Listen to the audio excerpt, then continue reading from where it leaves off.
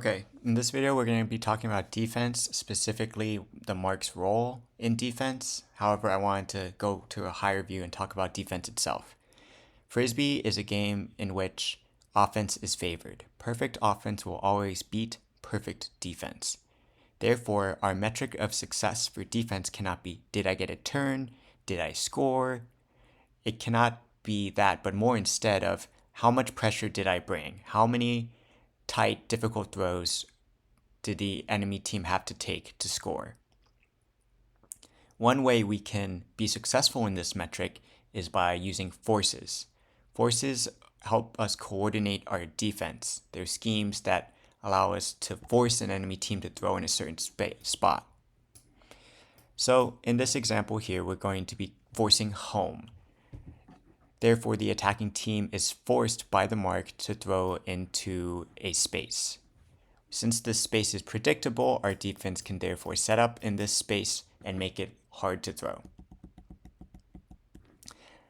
You'll notice how this home force gets even stronger on the sideline because what used to be a box this big that they can throw to is now half of the size due to it being out of bounds. We will refer to this side where it's on the home sideline as the trap side. If we were forcing away, the trap side would be here.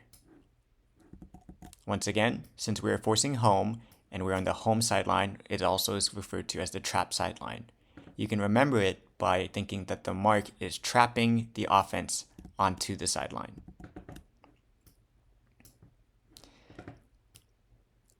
If you saw the flat side review, you'll see how that the mark is flat in this scenario.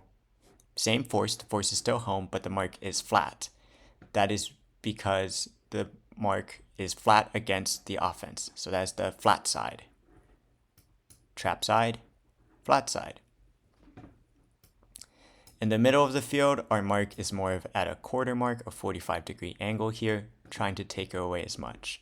You'll notice here that all of this field is open, but once again, the point of offense is not to generate a guaranteed block, but instead increase pressure on throws. I would rather have more predictable defense that generates pressure over time than a volatile defense that gets random turns.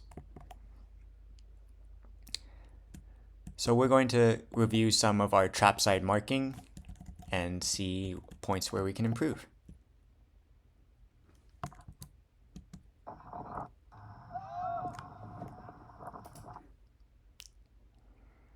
So we have here, this looks very clearly like a home force, and we're closest to the trap sideline. So if we draw it right here, we have our disc and a trap sideline. So this is pretty good. It's a tight throw. And then we swing, offense swings even closer to the sideline. So it's an even tighter throw now. Defense is very happy in this scenario. However, we have our mark fly up front, trying to take away more than what he's responsible for. And that leaves all of this side of the field open and a pressure relief valve can happen. Other ways you can think about it are that we have a downfield cutter here, Will, guarded by Jake. Jake is taking away the easiest throw, and it's a rather difficult throw to OI it over the top. But since the mark flashes forward, now we have an inefficiency. We are both taking away two areas, which is not good. And we can see how we can get a free reset off of the sideline. Now our defense is in a less strong position because we're in the middle of the field. So guys, be careful about cheating too far inside here. Trust that your downfield defense has this covered.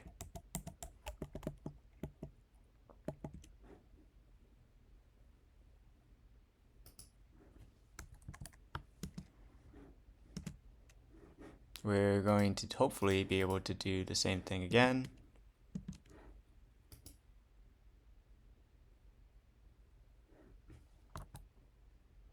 Where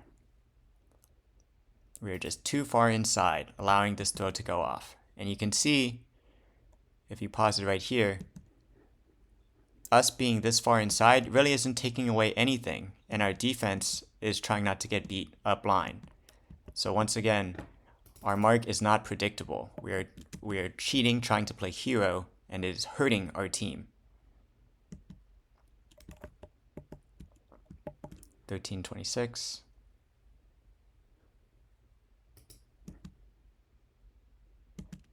So here we have someone who feels like they're doing a good job marking because they are taking away that center pass. However, we can see that their feet are in line. Left foot is to his right foot. And so when he steps out, it's an easy throw to the center of the field. Once again, it's a pressure relief valve where the offense is able to swing out to a stronger spot on the field. The whole point of a trap force is we want them on the trap sideline and we want to keep them on the trap sideline. Any throw that they do to get off of the sideline needs to be difficult. These throws are looking a little bit too easy. We're marking too far on the inside. We're marking too far upfield. Instead, we really need to mark too far downfield and trust that too far in the backfield and trust that our defense over here can block it.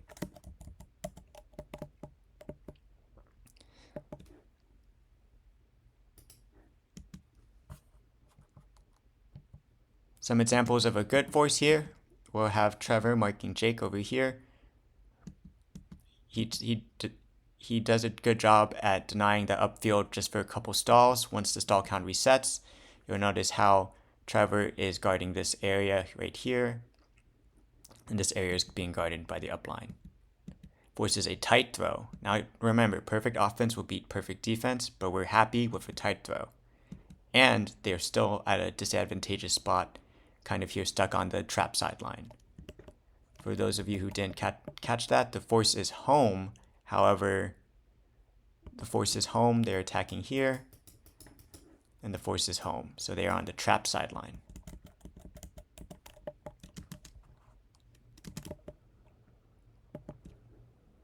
And then, once again, good mark, trap sideline. Notice how Jake has a very small sliver of space to work with here. This is why the trap force is so strong on the trap sideline.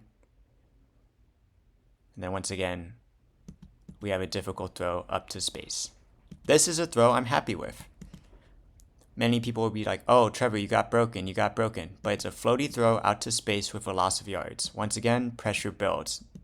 We don't really gain anything off of this, and we're forced to reset the disc.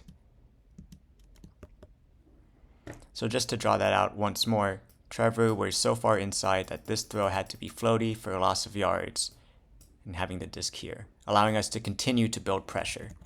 My issue is when we're too far inside and this throw is fast, and then we can continue off of it.